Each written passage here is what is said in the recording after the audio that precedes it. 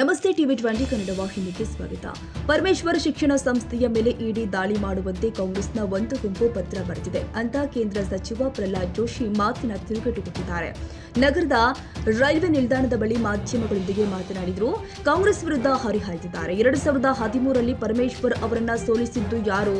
ಇದೇ ಸಿದ್ದರಾಮಯ್ಯ ಅವರು ಪರಮೇಶ್ವರ್ ಅವರನ್ನ ಸೋಲಿಸಿದ್ದು ಜಗತ್ ಜಾಹೀರಾಗಿದೆ. ಸಿದ್ದರಾಮಯ್ಯ ಅವರೇ ಇತಿಹಾಸವನ್ನ ಜನ ಅಷ್ಟು ಬೇಗ ಮರೆಯೋದಿಲ್ಲ. ಬಂಗಾರವನ್ನ ಕಳ್ಳತನದಿಂದ ತರೋದ್ರಿಂದ ಹಿಡಿದು ಎಲ್ಲಾ ಪ್ರಕರಣಕ್ಕೆ ಸಂಬಂಧಿಸಿದಂತೆ ಕ್ರಮ ತೆಗೆದುಕೊಳ್ಳಿ ಅಂತ ಒಬ್ಬರಿಗೊಬ್ಬರು ಇಡಿಗೆ ಪತ್ರ ಬರಿತಾ ಇದ್ದವರು ಯಾರು? ಕಾಂಗ್ರೆಸ್ನ ಒಂದು ಗುಂಪು ಪರಮೇಶ್ವರ್ ಮೇಲೆ ಕ್ರಮ ಆಗಬೇಕು ಅಂತ ಇಡಿಗೆ ಎಲ್ಲ ಮಾಹಿತಿ ಕಳಿಸ್ತಾರೆ. ಮತ್ತೆ ಮೇಲೆ ಡ್ರಾಮಾ ಮಾಡ್ತೀರಿ. ನಾನು ಸ್ಪಷ್ಟವಾಗಿ ಹೇಳಲು ಬಯಸ್ತೇನೆ, ಪರಮೇಶ್ವರ್ ಬಗ್ಗೆ ನಮಗೆ ಗೌರವ ಇದೆ.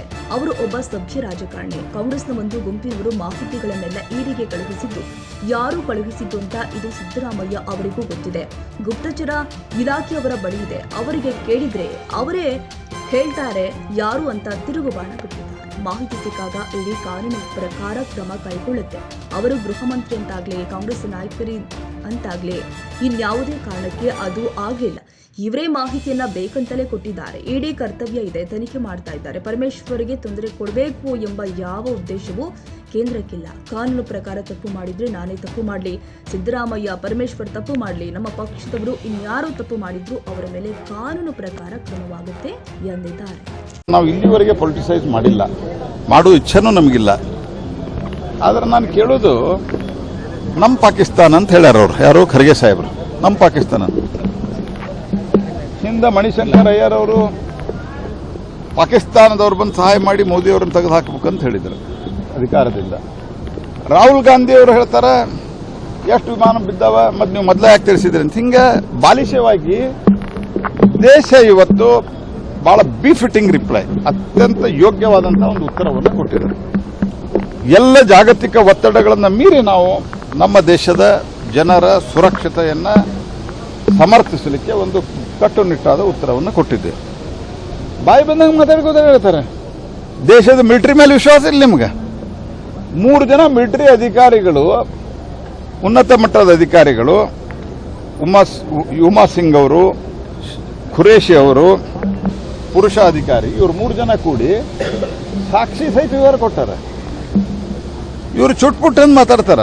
ಅಂದ್ರೆ ದೇಶದ ಇವತ್ತು ಒಂದು ಪರಾಕ್ರಮವನ್ನು ಕೊಂಡಾಡುವಂತ ಮನಸ್ಥಿತಿನೂ ಇಲ್ಲ.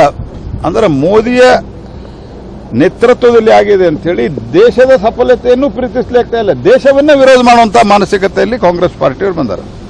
ಆಯ್ತು, ಚುಟ್ಪುಟ್ ಅಂತ ಮಾತಾಡಿದ್ರಲ್ಲ, 300 ಜನ ಸತ್ತಿದ್ರಲ್ಲ ಮುಂಬೈದಾಗ, ನೀವೇನು ಬಹಳ ದೊಡ್ಡ ಪರಾಕ್ರಮ ಮಾಡಿದ್ರಿ.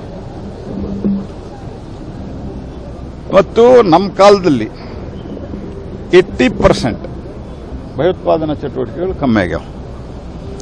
ಕಾಶ್ಮೀರದ ಬಾರ್ಡರ್ದಲ್ಲಿ ಏನೋ ಘಟನೆಗಳಾಗ್ತಾ ಇದ್ದಾವೆ, ಅದರಲ್ಲಿಯೂ 70% ಕಮ್ಮಿ ಆಗಿದೆ. ಈ ರೀತಿಯ ಹೇಳಿಕೆಗಳು ನೋಡ್ರಿ ನೀವು. ಮೊದಲು ಮುಂಬೈ, ದಿಲ್ಲಿ, ಬೆಂಗಳೂರು, UPA ಕಾಲದಾಗ ನಾ ಹೇಳೋದು ಭಾಳ ಹಳೇದು ಹೇಳ್ತಾ ಇಲ್ಲ.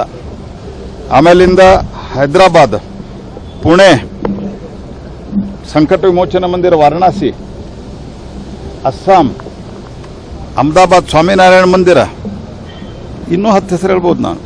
ಸತತವಾಗಿ ನಡೆದು ಏನು ಮಾಡಿದ್ರು, ಕ್ಯಾಂಡಲ್ ಮಾರ್ಚ್ ಹಚ್ಕೊಂಡು ಅಡ್ಡಾಡಿದವರು ಇವತ್ತು ಚುಟ್ಪುಟ್ ಕಾರ್ಯಾಚರಣೆ ಅಂತ ಮಾತಾಡ್ತಾರೆ. ಭಾಳ ದುರ್ದೈವ ಇದೆ ದೇಶದ್ದು. ಸ್ವಲ್ಪ ನಾಲಿಗೆ ಮೇಲೆ ಹಿಡಿತ ಇಟ್ಟುಕೊಂಡು ಮಾತನಾಡಿದ್ರೆ ದೇಶದ ಮಿಲಿಟರಿ ಏನು ಮಾಡೋದು? ಆಯ್ತು, ನೀವು ಮೋದಿ ಕ್ರೆಡಿಟ್ ಕೊಡೋದಿಲ್ಲ ಅಂದಿರ, ಅದಕ್ಕೂ ನಾವು ತಕರಾರು ಅಂದಿಲ್ಲ. ಮಿಲಿಟರಿ ಅವರು, ನಮ್ಮ ದೇಶದ ಮಿಲಿಟರಿ ಅವರು ಇಷ್ಟೊಂದು ಸಾಹಸದಿಂದ ಕೆಲಸವನ್ನ ಮಾಡಿದ್ದಾರೆ. ಅದಕ್ಕೆ ಈ ಹಿಂದಿನ ಸರ್ಕಾರ ಅವಾಗೂ ಮಿಲಿಟರಿ ತಯಾರಿತ್ತು, ಕೊಟ್ಟಿರಲಿಲ್ಲ. ಈಗಿನ ಸರ್ಕಾರ ಕೊಟ್ಟಿದೆ. ಆದರೂ ನಿಮಗೆ ಮೋದಿ ಅವರಿಗೆ ನಾವು ಹೇಳುದಿಲ್ಲ ಹೆಸರು. ಆಯ್ತು, ಕನಿಷ್ಠ ಸೈನ್ಯದ್ದಾದ್ರೆ ಹೆಸರು ಇಡ್ರಲ್ಲ.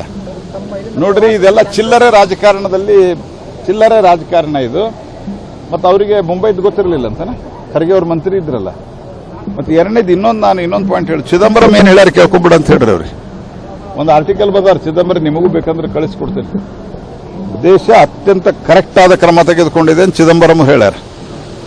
ಆ ನಂತರ ರಾಹುಲ್ ಗಾಂಧಿ ಏನು ಪ್ರಶ್ನೆ ಮಾಡ್ಯಾರ ಜಯಶಂಕರ್ ಅವರಿಗೆ, ಅದಕ್ಕೂ ಹೇಳ್ಯಾರ ಚಿದಂಬರಂ ಅವರು, minister of external affairs Jaishankar ಅವರು ಏನು ಹೇಳಿದ್ದಾರೆ ಅದರ ಬಗ್ಗೆ ನನಗೆ ತೃಪ್ತಿ ಇದೆ ಅಂತ ಹೇಳಿದ್ದಾರೆ. ಅಷ್ಟರ ಮೇಲೂ ಅವ್ರಿಗೆ ಬುದ್ಧಿ ಬರಲಿಲ್ಲ ಅಂತಂದ್ರೆ ದೇವರ ಕಾಂಗ್ರೆಸ್ ಪಾರ್ಟಿನ ದೇವರು ಕಾಪಾಡಲಿಕ್ಕೆ ಸಾಧ್ಯ. ಕನ್ನಡಿಗರ ಮೆಚ್ಚಿನ ನಿಮ್ಮ ಟಿವಿ 20 ಕನ್ನಡ ವಾಹಿನಿ ಇದೀಗ ಟಿವಿಯಲ್ಲಿ ಲಭ್ಯ. ಕರ್ನಾಟಕ ಮತ್ತು ದೇಶ ವಿದೇಶದ 360 ಡಿಗ್ರಿ ಸುದ್ದಿ ವಿವರವನ್ನ ಪಡೆಯುವುದಕ್ಕೆ ಟಿವಿ 20 ವಾಹಿನಿಯನ್ನು ಲೈಕ್ ಮಾಡಿ, ವಿಡಿಯೋಗಳನ್ನು ಶೇರ್ ಮಾಡಿ, ಕಮೆಂಟ್ ಮಾಡಿ, ಸಬ್ಸ್ಕ್ರೈಬ್ ಮಾಡಿ. HCN ಕೇಬಲ್ 842 ನಂಬರ್ನಲ್ಲಿ ಹುಕ್ಕೇರಿ ತಾಲೂಕು ಹಾಗೂ ಸಂಕೇಶ್ವರದ ಸುತ್ತಮುತ್ತಲಿನ ಹಳ್ಳಿಗಳಲ್ಲಿ ಲಭ್ಯ. PCN ಕೇಬಲ್ 129 ನಂಬರ್ನಲ್ಲಿ ಹಾರುಗೆರೆ ಸುತ್ತಮುತ್ತಲಿನ ಹಳ್ಳಿಗಳಲ್ಲಿ ಲಭ್ಯ. ರಾಯಬಾಗ್ ಡಿಜಿಟಲ್ ಚಾನೆಲ್ ಕೇಬಲ್ 80ನೇ ನಂಬರ್ನಲ್ಲಿ ರಾಯಬಾಗ ತಾಲೂಕಿನ ಸುತ್ತಮುತ್ತಲಿನ ಹಳ್ಳಿಗಳಲ್ಲಿ ಲಭ್ಯ. UDCN ಕೇಬಲ್ ನೆಟ್ವರ್ಕ್ ಉಗಾರ ಸುತ್ತಮುತ್ತಲಿನ ಹಳ್ಳಿಗಳಲ್ಲಿ ನಿಮ್ಮ ಟಿವಿ 20 ಕನ್ನಡ ವಾಹಿನಿಯೂ ಲಭ್ಯ.